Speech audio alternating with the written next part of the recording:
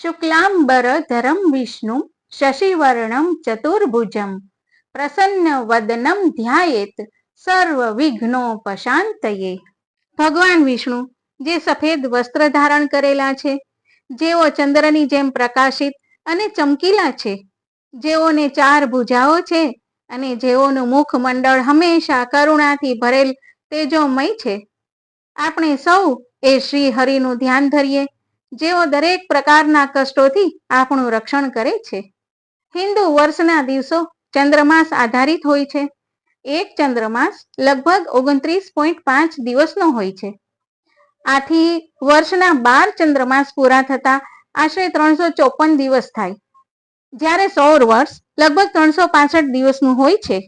આમ વર્ષના 11 દિવસનો તફાવત જે ત્રીજે વર્ષે 33 દિવસનો થાય, જેને સૂર્યની સંક્રાંતિ ન હોય એ દિવસોમાં સરભર કરવામાં આવે છે. આથી અધિક માસ દર ત્રીજા વર્ષે આવે છે. તો આ રીતે જોઈએ તો આજની 11સ એટલે કે પરમા એકાદશી આજથી ત્રીજા વર્ષે આવશે. આ જ કારણ છે કે અધિક માસમાં આવતી બંને એકાદશી ઘણી જ ખાસ ગણાય છે.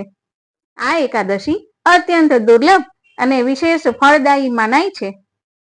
આ એકાદશીનું વ્રત 100 યજ્ઞો કરવા જેટલું પુણ્ય આપનારી છે, તેમજ સઘળા પાપોમાંથી મુક્તિ દેનારી છે. પરમા એકાદશીના વ્રતથી અખૂટ લક્ષ્મીની પ્રાપ્તિ થાય છે. ભગવાન કુબેર અને રાજા હરિશ્ચંદ્રએ તેમની મુશ્કેલીઓમાંથી મુક્તિ પામવા પરમા એકાદશીનું વ્રત કર્યું હતું. પરમા એકાદશીને પુરુષોત્તમી એકાદશી અથવા કમલા એકાદશી પણ કહેવાય છે. પરમા એકાદશીના દિવસે ભગવાન લક્ષ્મી નારાયણની વિશેષ પૂજા કરવામાં આવે છે, યોગ્ય વ્યક્તિઓને દાન કરવામાં આવે છે અને આખો દિવસ શ્રી હરિના નામ જપ કરાય છે. આ ઉપરાંત શ્રી હરિના સહસ્ત્ર નામના પાઠ કરાય છે, શ્રી વિષ્ણુ ભગવાનના સહસ્ત્ર નામના પાઠ કરાય છે, રાત્રિ જાગરણ કરાય છે, જેમાં ભજન કીર્તન વગેરે કરવામાં આવે છે. આમ દર 3 વર્ષે આવનારી અનંત ફળ આપનારી કમલા એકાદશી કે જે પરમા એકાદશી, એનો ઉલ્લેખ ભવિષ્યોત્તર પુરાણના એકાદશી મહાત્મ્ય નામના અધ્યાયમાં પણ કરવામાં આવેલ છે. પરમા એકાદશી જીવનમાં સુખ, સમૃદ્ધિ અને પુણ્યનો માર્ગ ખોલનારી છે, જેની કથા શ્રી કૃષ્ણએ યુધિષ્ઠિરને આ પ્રમાણે કહી હતી. સુમેધા નામે એક ધર્મિષ્ઠ બ્રાહ્મણ હતો.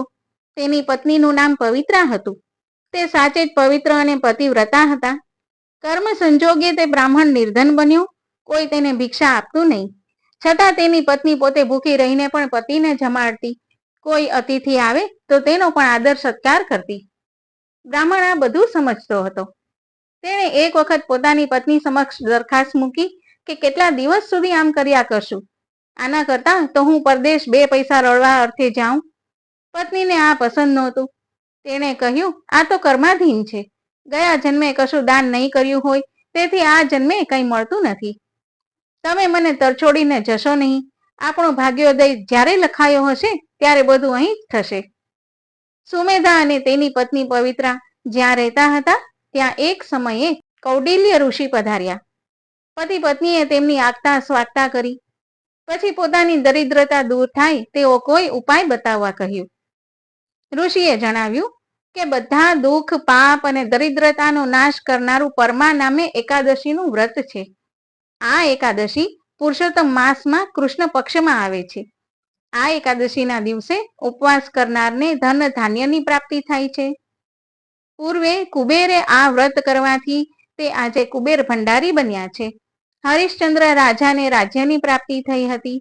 આ દિવસે સ્નાન, ધ્યાન, ઉપવાસ, જાગરણ અને કીર્તન કરવાનું ખાસ મહત્વ છે. આ રીતે 5 રાત્રિ સુધી પંચરાત્ર વ્રત કરશો તો તમારી દરિદ્રતા જતી રહેશે. ઋષિના કહેવા મુજબ સુમેધા અને પવિત્રાએ વ્રત કરવાથી તે પરદેશનો એક રાજકુમાર તેમની પાસે અનાયાસ આવ્યો અને દરેક ઉપયોગી વસ્તુઓથી ભરેલું એક સુંદર ઘર તેમને દાનમાં આપ્યું. સાથે સાથે એક ગામ પણ ગુજરાન ચલાવવા માટે આપ્યું.